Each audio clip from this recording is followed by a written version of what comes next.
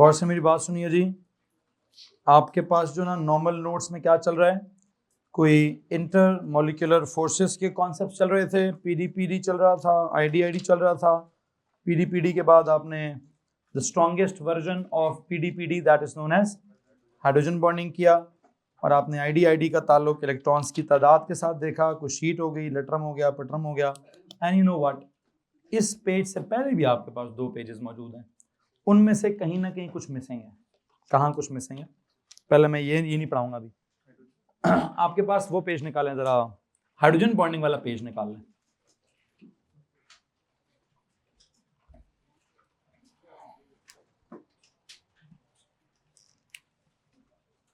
Intermolecular forces में पीडीपीडी forces का जो स्ट्रॉन्गेस्ट वर्जन है वो है हाइड्रोजन बॉन्डिंग, और हाइड्रोजन बॉन्डिंग की वजह से जो अनोमलस बिहेवियर है,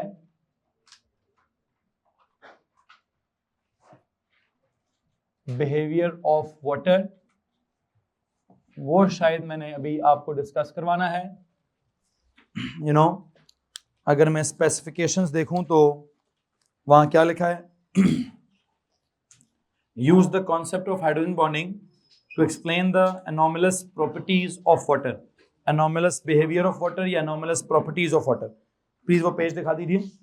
वहां आपके पास 3, कोई बात नहीं, दिखा दो, आपके पास 3 anomalous properties of water mentioned है।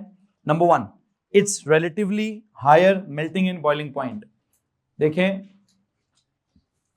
इसको कंपेयर करूं तो किसके साथ कंपेयर करूं? अगर H2O को कंपेयर करें तो किसके साथ करना है? H2S के साथ, H2PO के साथ, H2TE के साथ, मतलब ग्रुप नंबर 6 के हाइड्रेट के साथ। नोट्स में किया हमने इस बात को, इसमें किसी को परेशानी है? यहां भी आप के पास ये अगले पेज पे जाए ना, अगले पेज पे जाए, ग्राफ बना हुआ है, यही ग्राफ हमने नोट्स में पढ़ा है ना, कि H2O का सबसे क्या बोलते हैं, जो भी है, क्या लिखा हुआ है, इंथैल्पी चेंज ऑफ वेपराइजेशन। मैं इस टर्म को भी एक्सप्लेन नहीं करना चाहता, आप इसको मेल्टिंग बॉइलिंग पॉइंट से रिलेट कर लें। किससे रिलेट कर लें? कि मेल्टिंग बॉइलिंग पॉइंट H2O का आप देख सकते हैं सबसे ऊपर है। क्यों ऊपर है? क्यों ऊपर है? उसके अंदर very strong P D P D force that is hydrogen bonding है। H2S का बहुत नीचे है। क्यों नीचे है? हम इसको वीक पीडीपीडी नहीं कहेंगे, टेस्ट में एक मसला हुआ था, क्या कहेंगे इसको? हम आईडीआईडी कहेंगे। क्यों? असल में H2 और S के दरमियान में इलेक्ट्रोनेगेटिविटी का डिफरेंस क्या था? बहुत कम। कितना कम? इतना कम था कि हमने क्या किया, हमने कहा सर उसको इग्नोर मारें और उसको नॉन पोलर समझें और उसके अंदर आईडीआईडी फोर्स समझें, और आईडीआईडी फोर्स के हिसाब से उसको हम देखेंगे। फिर हाँ, H2, इसका मतलब ये हुआ ग्राफ में वाटर एबनॉर्मेलिटी है, बाकी तो नॉर्मल चल रहा है। पता ग्राफ कैसा होना चाहिए? ये कौन है? H2S। ये कौन है? ये कौन है? H2TE है। यू नो, H2O किधर होना चाहिए? इधर होना चाहिए। किधर होना चाहिए? क्यों? अगर आप इस कहते ये भी नॉन पोलर है, ये भी नॉन पोलर है, ये भी नॉन पोलर है, ये भी अगर इन सब में सिर्फ वो क्या बोलते हैं आईडीआईडी फोर्स होती तो इसमें इलेक्ट्रॉन सबसे कम थे, इससे ज्यादा इसमें, इससे ज्यादा इसमें, इससे ज्यादा इसमें, तो आईडीआईडी के हिसाब से तो ये ट्रेंड होता। लेकिन आपने गौर किया होगा कि H2O का तो कहीं इधर जाकर बॉइलिंग पॉइंट है, अब उसका इधर की बजाय उधर क्यों है? बिकॉज वो आईडीआईडी की वजह, उस आईडीआईडी को फॉलो नहीं करता। किसको फॉलो करता है? उसके अंदर पीडीपीडी भी कौन से वाला है? द स्ट्रॉन्गेस्ट वाला पीडीपीडी है। एक काम कीजिए, इस लाइन को डॉटेड करके यहां एक निशान लगा दें कि सर यहां होना चाहिए था वाटर। अगर नॉर्मल ट्रेंड देखा जाता, क्या देखा जाता थी? अगर नॉर्मल ट्रेंड देखा जाता तो H2O को कहां होना चाहिए? आप देख सकते हैं H2O को H2S से थोड़ा नीचे होना चाहिए, लेकिन H2O बहुत ऊपर है। वो क्यों ऊपर है? Just because of the strong P D P D या हाइड्रोजन बॉन्ड की वजह से। किसी को मसला इस बात से? ये मैंने पहले से पढ़ाया हुआ आपको। अगली क्या बोलते हैं एनोमलस प्रॉपर्टी क्या है? तीसरे नंबर पर सबसे नीचे देखें, पहले सबसे नीचे देखें, कौन सी वाली? डेंसिटी वाली। कि डेंसिटी क्या होती है? सॉलिड्स की नॉर्मली तो डेंसिटी अपने लिक्विड से ज्यादा होती है, मतलब जो भी सॉलिड होगा अपने लिक्विड से तो उसकी डेंसिटी ज्यादा होगी। इसको क्या मुसीबत हो जाती है? आइस के केस में आइस एज सॉलिड की डेंसिटी वाटर एज लिक्विड से कम होती है। ये दुनिया जहान का वाइड सॉलिड है जिसकी डेंसिटी अपने लिक्विड से कम है। पूरी दुनिया के सब सॉलिड्स की डेंसिटी अपने लिक्विड से क्या होती है, ज्यादा ही होती है। इसमें क्या मुसीबत हो रही है, इसमें भी एक एनॉमली है। ये एनॉमली का मतलब क्या होता है, एबनॉर्मेलिटी है। एबनॉर्मेलिटी का मतलब क्या है, सर नॉर्मल ट्रेंड नहीं फॉलो हो रहा। क्यों नहीं फॉलो हो रहा? वो कहते हैं यार जब ये क्या बोलते हैं, ये जो आइस बनती है, जब ये वाटर क्या बनता है, आइस बनता है, तो बेसिकली दो क्या बनते हैं, दो होते हैं कोवलेंट बॉन्ड्स और दो क्या होते हैं, हाइड्रोजन बॉन्ड्स। दो कोवलेंट बॉन्ड्स छोटे इन लेंथ होते हैं, दो हाइड्रोजन बॉन्ड्स बड़े इन लेंथ होते हैं। तो जब आपस में रेगुलरली अरेंज होता है सारा सेटअप, तो ऐसे अरेंज होता है कि उसमें स्पेस क्रिएट हो जाती है। पढ़े क्या लिखा हुआ है, कहते हैं solids are denser than the liquids as the particles in solids are more closely packed than in their liquid state. In ice, however, the water molecules are packed in a three-dimensional hydrogen bonded network in a rigid lattice. क्या बोलेंगे इसको हम? Water molecule में क्या होता है, कहते हैं आइस में क्या होता है, water molecules are packed in a three dimensional hydrogen bonded network. क्यों बोल रहा है three dimensional hydrogen bonded network? Diamond में क्या होता है, थ्री-डायमेंशनल कोवेलेंट नेटवर्क। क्यों? वहां सारे बॉन्ड्स डायमंड में क्या होते हैं, कोवेलेंट होते हैं। या क्या बोलो sir, three dimensional hydrogen bonded network, मतलब दो कोवेलेंट है, दो हाइड्रोजन बॉन्डेड है। ठीक है।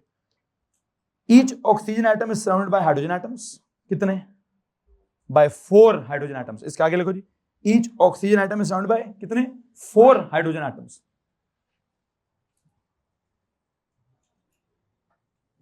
और आगे लिखें two covalently two hydrogen two HB ली, two covalently two hydrogen bondedly, two covalently two hydrogen बॉन्डेडली।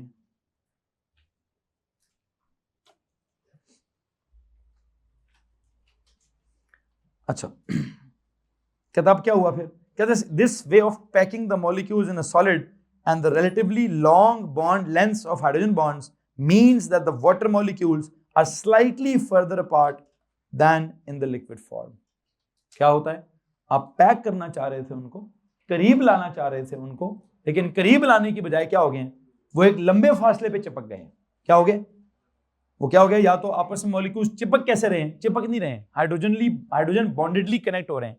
Hydrogen बॉन्डेडली जब कनेक्ट होते हैं तो वो लेंथ नॉर्मल कोवेलेंट बॉन्ड से बड़ी होती है। उसके चक्कर में क्या होता है, उसके चक्कर में होता है water molecules are slightly further apart than in the liquid form. Liquid form में हर जगह हाइड्रोजन बॉन्डिंग नहीं होती, तो कुछ मॉलिक्यूल्स एक दूसरे के बिल्कुल करीब भी आ जाते हैं। क्या हो जाता है, मतलब जहां हाइड्रोजन बॉन्डिंग होगी चलो वो तो एक पर्टिकुलर लेंथ पे होगी ना, लेकिन क्या हर तरफ ही हाइड्रोजन बॉन्ड होगा? वहां फ्री मॉलिक्यूल्स भी तो होते हैं, फ्री टू मूव भी तो होते हैं, विदाउट फोर्स भी तो होते हैं। तो जो विदाउट फोर्स होते होंगे वो क्या करते होंगे, वो एक दूसरे के बिल्कुल करीब आ जाते होंगे। लेकिन अब फोर्स आ गई तो वो इधर आकर ऐसे स्टैटिक हो जाएंगे। क्या हो जाएंगे? आइस में क्या होता है, आइस में पानी का ये वाला O, उस पानी का ये वाला H क्या हो जाते हैं, रिजिड हो जाते हैं। क्या जाते हैं, रिजिड मतलब जगह पे चिपक जाते हैं। चिपक जाते हैं मतलब एक बड़ी लंबी लेंथ में आगे फिक्स हो जाते हैं। तो जब वो फिक्स हो जाते हैं, इससे क्या होता है, underline the word, water molecules are slightly further apart than in the liquid form. इससे क्या होता है, जब वो स्लाइटली फर्दर अपार्ट होते हैं तो वॉल्यूम थोड़ा ज्यादा होता है, डेंसिटी थोड़ी कम होती है। एक काम करें, इसके आगे लिखे, क्या लिखे ना, स्लाइटली फर्दर अपार्ट, उसके आगे यूं लिखे density is equal to mass over volume. Slightly further apart होंगे तो वॉल्यूम थोड़ा ज्यादा होगा, वॉल्यूम थोड़ा ज्यादा होगा तो डेंसिटी थोड़ी कम होगी। Your question. असल में हाँ होना चाहिए, सॉलिड अमोनिया में भी होना चाहिए, लेकिन वहां पे एक लोन पेयर है, 2 लोन पेयर्स नहीं है, उसका स्ट्रक्चर पता नहीं सॉलिड अमोनिया का कैसा बनेगा कैसा नहीं बनेगा। मैं तो इस वक्त किसकी बात कर रहा हूँ, सॉलिड वाटर की बात कर रहा हूँ। उस वाटर में क्या सीन हो रहा है, पानी के मॉलिक्यूल्स एक दूसरे के करीब करीब से जब गुजरते थे लिक्विड स्टेट में तो करीब करीब होते थे, बट जब क्या हो गए, जब आइस बन गए तो वाटर के मॉलिक्यूल्स ने अपने आप को 3 डायमेंशनल हाइड्रोजन बॉन्डेड नेटवर्क में एक रिजिड लैटिस में डेवलप कर लिया। आप देख सकते हैं कौन कौन से वर्ड्स जो हैं वो हाईलाइटेड है। एक वर्ड हाईलाइटेड कौन सा है, 3 डायमेंशनल हाइड्रोजन बॉन्डेड, फिर रिजिड लैटिस, फिर bond lengths are relatively, hydrogen bonds की लेंथ्स आर रिलेटिवली हायर, जिससे क्या होता है, water molecules are slightly further apart than in the liquid water. तो क्या होता है, वॉल्यूम थोड़ा ज्यादा, डेंसिटी थोड़ी कम। और आप सही कह रहे हैं, अमोनिया में भी अगर हाइड्रोजन बॉन्डिंग है कोई तो एबनॉर्मेलिटी वहां भी होगी। सही कह रहे हैं, हो सकती है वहां पे भी ये वाली। ठीक है, बहरहाल तीसरी जो चीज मिस हो गई थी जो मैं असल में पढ़ाना चाहता था वो कौन सी थी? वो थी ये क्या बोलते हैं, सरफेस टेंशन। लो जी, ये हमारा आज का टॉपिक है। ये मैं प्रॉपर्ली इसको समझाने की कोशिश करूंगा, क्योंकि बाकी दो एग्जांपल्स मैंने कहीं ना कहीं आपके सामने डिस्कस की हुई है। लास्ट टेस्ट में था सवाल, ये किसी वर्कशीट में था, वर्कशीट में था और हमने छोड़ दिया था सरफेस टेंशन की बात को। असल में तो ये लफ्ज जो है ना फिजिक्स का वर्ड है। सरफेस लाइक सरफेस, टेंशन वो टेंशन वाली फोर्स। लेकिन मैं इसका फिजिक्स का वर्जन नहीं, केमिस्ट्री पढ़ा रहा हूं तो मैं इसके केमिस्ट्री का वर्जन ही समझाने की कोशिश करूंगा। केमिस्ट्री का वर्जन इसका ये है, काम करो यार, ये जरा वाटर के ड्रॉपलेट को देखो, ये एज अ होल क्या है,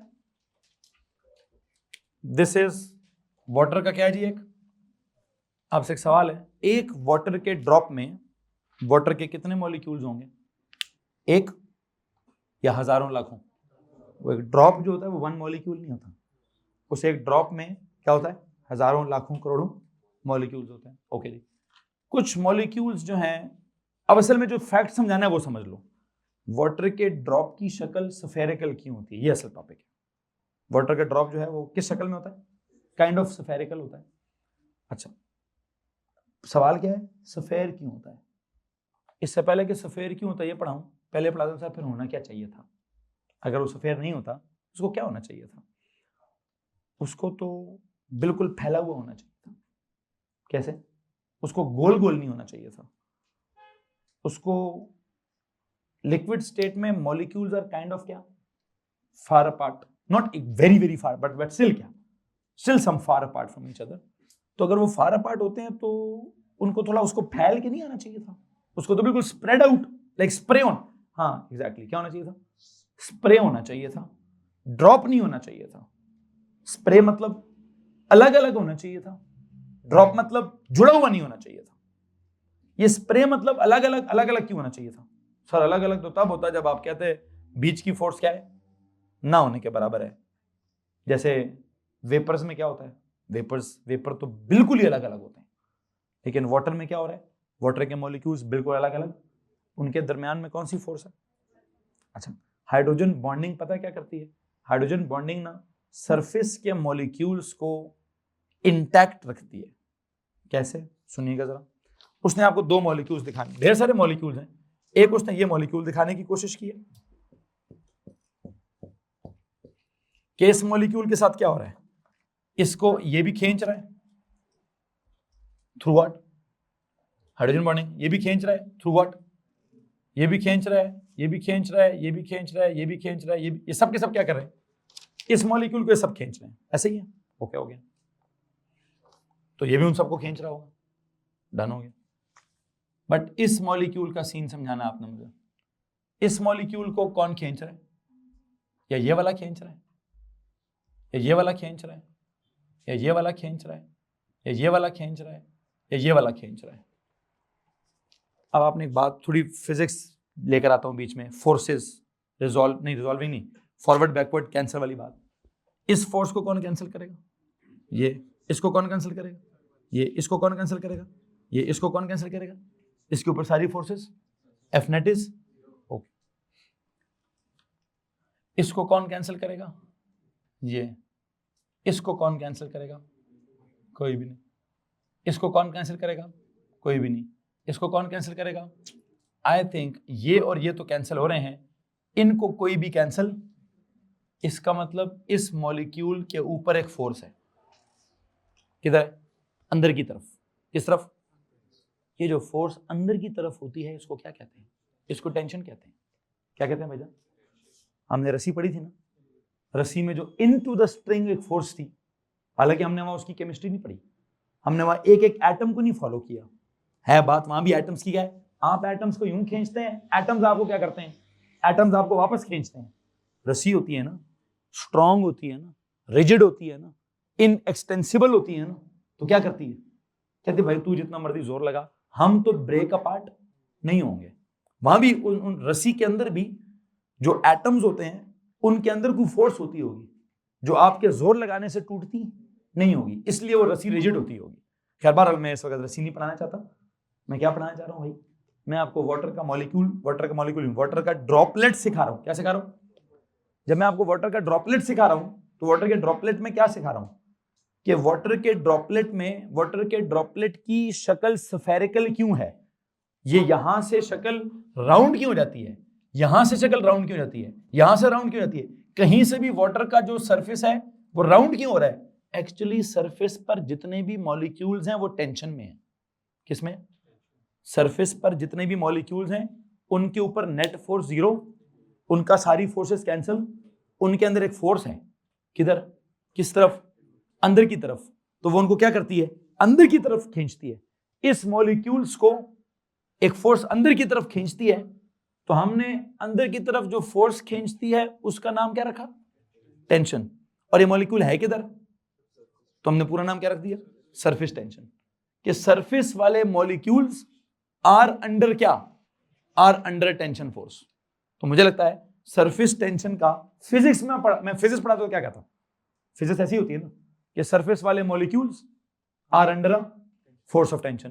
तो काम करें, सरफेस टेंशन को क्या बोले उसको जरा डिफाइन करें। सरफेस टेंशन क्या लिखे नहीं? The molecules of water at the surface, the molecules of water at the surface are under a force of tension. The molecules of water क्या लिखा है? At the surface are under a force of, are under tension या are under a force of tension? पहले तो हमें ये समझ आ गया ओके सर जी कि molecules at the surface of water क्या है? Under a force of tension है कि नहीं है? क्यों है? ये दरमियान वाले मॉलिक्यूल्स टेंशन में क्यों नहीं है? सर उनका जितना इधर है उतना इधर है, जितना ऊपर है उतना उधर है, सारा कैंसिल हो गया, उनमें तो कोई नेट फोर्स नहीं हो रही। लेकिन जो मॉलिक्यूल सरफेस पर है, चलें इसको छोड़ें, इसको देख लेते हैं। अगर मैं इसकी बात करता हूं, एक मॉलिक्यूल इसके इधर होगा वो इधर खींचेगा, एक मॉलिक्यूल इधर होगा वो इधर खींचेगा, एक मॉलिक्यूल इधर होगा इधर खींचेगा, एक मॉलिक्यूल इधर खींचेगा, एक मॉलिक्यूल इधर होगा इधर खींचेगा। अब इसके साथ क्या सीन होगा? ये भी तो सरफेस पर है ना, इसका ओवरऑल इधर, इसका ओवरऑल फोर्स किधर है? आई बिलीव इन तीनों का सम क्या होगा? इन तीनों का सम कुछ यूं ऑलमोस्ट इधर। इस पे ये वाली ओवरऑल टेंशन है, इस पे किधर टेंशन? इधर टेंशन है। किसी भी जो भी मॉलिक्यूल एट द सरफेस होगा उसमें एक फोर्स होगी into the drop, into the surface, मतलब सरफेस से अंदर की तरफ। तो जब वो सरफेस से अंदर की तरफ होगा, अब ये वाला मॉलिक्यूल यहां से अंदर जा रहा है, ये वाला मॉलिक्यूल यहां से अंदर जा रहा है, यहां से अंदर जा रहा है, यहां से अंदर जा रहा है, यहां से अंदर जा रहा है। इसका मतलब सरफेस पे जितने भी मॉलिक्यूल्स हैं वो अल्टीमेटली क्या कर रहे होंगे? वो इनटू द ड्रॉपलेट अट्रैक्टेड होंगे। क्या होंगे? इनटू द ड्रॉपलेट अट्रैक्टेड होंगे। तो पानी यूं फैलने की बजाय पानी यूं फैले, यूं कंपोज होगा। क्या होगा? पानी क्या होगा? पानी यूं करके कंपोज होगा, क्योंकि जितने भी मॉलिक्यूल सरफेस पे थे वो सब under the force of tension थे, वो सब अंदर की तरफ जा रहे थे। ऊपर वाला अंदर जा रहा हो, इधर जा रहा हो, इधर से इधर जा रहा हो, इधर से इधर जा रहा हो, इधर से इधर जा रहा हो, सारे मॉलिक्यूल सरफेस से यूं जा रहे हो, ओवरऑल शेप क्या बन जाती है? इसलिए वाटर जब भी टपकता है तो कैसे टपकता है? वाटर हमेशा स्फेरिकल ड्रॉप की सूरत में टपकता है। ये जब बारिश होती है तो हमेशा कैसे होती है? कतरों की सूरत में होती है। ठीक है, खैर बहरहाल एक टॉपिक तो ये है। एक आप मुझे समझा रही थी, बायोलॉजी में कहीं आपने पढ़ा होगा यार, ये जो पानी है, पानी के ऊपर पता नहीं, मैंने किसी बायो की किताब में देखा है, वो क्या रखो, पेपर क्लिप रखो तो ऊपर पड़ा रहता है। कौन है? क्या करता है?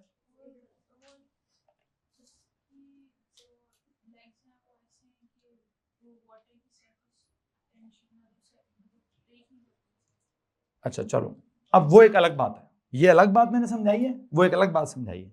वो अलग बात क्या है? उनका सर ये एक इंसेक्ट है। वैसे तो पानी में आपको पता है, पानी में आप छलांग मारेंगे तो आप पानी के ऊपर नहीं, पानी के अंदर जाएंगे। क्यों जी? हम पानी के अंदर क्यों जाएंगे?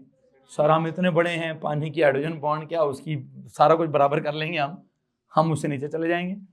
लेकिन पानी के सरफेस के ऊपर किसी कीड़े मकोड़े का जिक्र कर रहे हैं कि बायोलॉजी की किताब में इनको कोई कीड़ा पढ़ाया गया? वो कीड़ा क्या करता है, वो कीड़ा पानी के ऊपर ना यूं करके टांगे यूं फैलाता है और पानी के अंदर पेनिट्रेट नहीं करता, वो पानी के सरफेस के ऊपर ही उसका पांव पड़ा रहता है, और वो जोर लगाए भी ना तो उसका जोर इतना ज्यादा नहीं होता कि पानी के दो मॉलिक्यूल्स के बीच की हाइड्रोजन बॉन्ड तोड़ के अंदर चला जाए, क्या कर जाए। वहां हम कैसे डिफाइन करेंगे सरफेस टेंशन को, कि जो सरफेस के ऊपर मॉलिक्यूल्स है, इस मॉलिक्यूल और इस मॉलिक्यूल के बीच में क्या है, एक फोर्स है। वो फोर्स कौन सी है, हाइड्रोजन बॉन्डिंग है। वो कैसी है, बहुत तेज है, बहुत जोर की है। तो ऊपर से अगर कीड़े ने पांव रखा है उस फोर्स के ऊपर, तो अगर कीड़े का वजन उस फोर्स से कम है तो कीड़ा ऊपर ही रहेगा, कीड़ा पानी के सरफेस को रप्चर नहीं करेगा। कीड़े के लिए पानी लिक्विड की बजाय पानी सॉलिड की तरह बिहेव करेगा, तो कीड़ा पानी पे यूं यूं करके आगे निकल जाएगा। Do you get this? ये इंसानों का भी दिमाग खराब होता है कभी कभार। मैं पिछले दिनों कहीं नेशनल ज्योग्राफिक्स के ऊपर एक पागल आदमी को देख रहा था, ठीक है। उस पागल आदमी ने कहा कि अगर मैं पत्थर को क्या करूं, यूं करूं तो टिप टिप टिप टिप करके पानी के ऊपर ट्रेवल करता है, तो ऐसा क्यों होता है। कहता है जी असल में ना पानी की स्पीड, पत्थर की स्पीड बहुत तेज होती है तो ऊपर ऊपर से निकल जाता है। पागल क्या करता है, पागल करता है मैं काम करूंगा, मैं दूर से भागता भागता आऊंगा, ठीक है, और मैं भी पानी पे टिप टिप टिप करता आगे निकल जाऊंगा, ठीक है। पागल अभी पहले ही कदम लेता है नीचे, ठीक है। You know why? वो पहला ही कदम जब लेता है तो उसी कदम में उसका वेट क्या होता है, वो इतना ज्यादा होता है कि वो क्या कर रहा होता है, वो बेटा जी वो नीचे जाता है, ठीक है जी। वो हाइड्रोजन बॉन्डिंग से बहुत ज्यादा क्या करता है, उससे बहुत ज्यादा जोर नीचे की तरफ प्रेस करता है। जहां तक पत्थर का ताल्लुक है, अब पत्थर को यूं फेंकने के लिए पत्थर की भी एक कॉन्फ़िगरेशन होनी चाहिए। अगर आपने कभी खेला है तो पत्थर को बड़ा चपटा चपटा पत्थर होना चाहिए। नहीं, पेबल तो गोल होता है, वो पेबल नहीं, बिल्कुल फ्लैट सा होना चाहिए। जितना वो फ्लैट होगा, जितना डिस्क टाइप होगा, उतना क्या करेगा, उतना वो यूं यूं करके ऊपर से जाएगा। तो वो मतलब जितना थिन होगा और डिस्क टाइप होगा, तो बेसिकली वो फ्रिस्बी खेल रहे हैं आप उधर। आप वो पानी का उसमें इतना बड़ा कमाल नहीं है। अब पानी के सरफेस के ऊपर एक फ्रिस्बी को यूं रोल कर रहे हैं और पानी हल्का सा उसको क्या करती है, थोड़ा ऊपर जाने की सपोर्ट क्यों करती है कि वो जब नीचे जाने लगता है, नहीं समझानी, ये फिजिक्स हो गई, यहां से आगे बहुत फिजिक्स हो जाएगी भाई। बहरहाल इतनी बात काफी है कि पानी के सरफेस पर इतना लूज सरफेस भी नहीं है।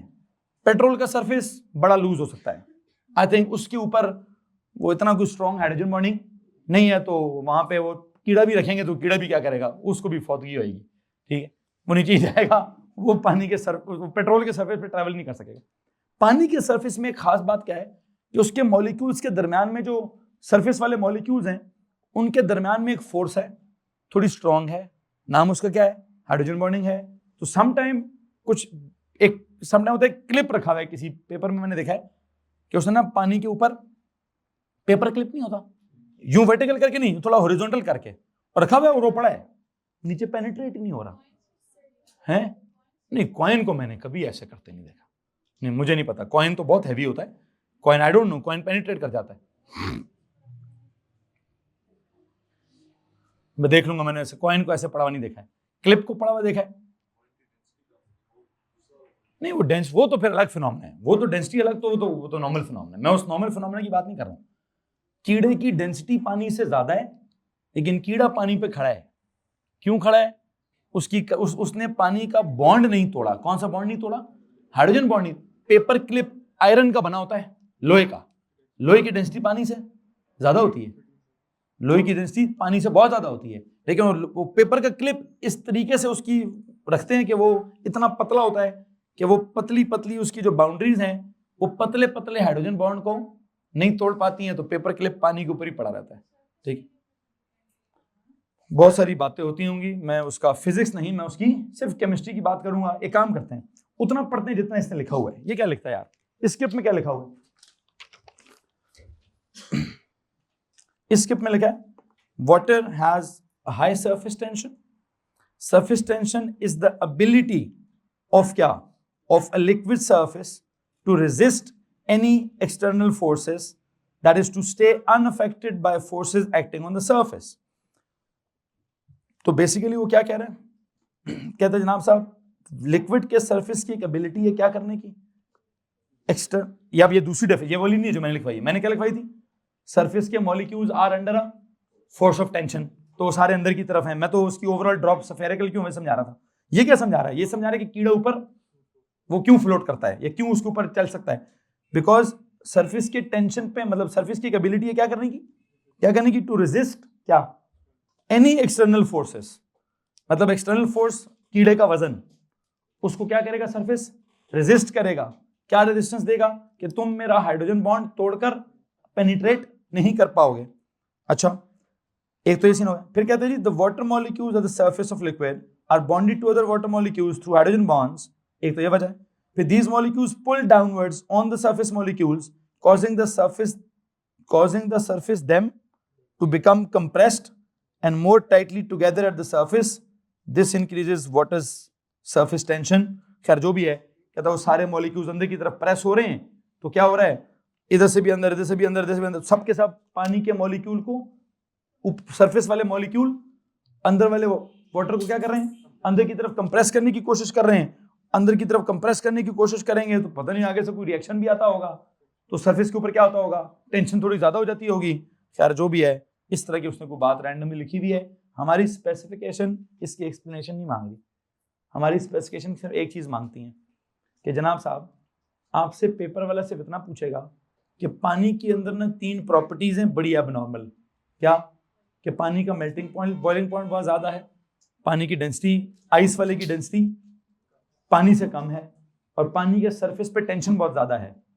सिर्फ हम ये पूछेंगे क्यों ज्यादा है, दैट्स इट। 1 नंबर का सवाल है हमारी स्पेसिफिकेशन में कि सरफेस टेंशन क्यों ज्यादा है, डेंसिटी ऑफ द आइस क्यों कम है, और पानी का मेल्टिंग या बॉइलिंग पॉइंट क्यों ज्यादा है normal hydrides of group number 16 के मुताबिक। You should only be able to state क्या कि सर देयर इज क्या, हाइड्रोजन बॉन्डिंग इन वाटर के मॉलिक्यूल्स, जिसकी वजह से क्या हो रहा है, उसको तोड़ना बड़ा मुश्किल है, तो मेल्टिंग पॉइंट बहुत ज्यादा हो गया है, उसकी लेंथ नॉर्मल कोवेलेंट बॉन्ड से थोड़ी ज्यादा है, तो उसकी डेंसिटी कम हो गई है, और उसकी वजह से क्या होता है, सरफेस वाले molecules are under a force of tension है। तो उस टेंशन से होता क्या है, 2 काम होते हैं। पानी का जो ओवरऑल शक्ल है, अगर ऊपर से गिरेगा तो वो ऐसे फैल के नहीं गिरता, वो कैसे गिरता है, वो स्फेरिकल करके गिरता है, क्योंकि हर तरफ की सरफेस वाले मॉलिक्यूल सारे पानी को अंदर की तरफ खींच रहे होते हैं।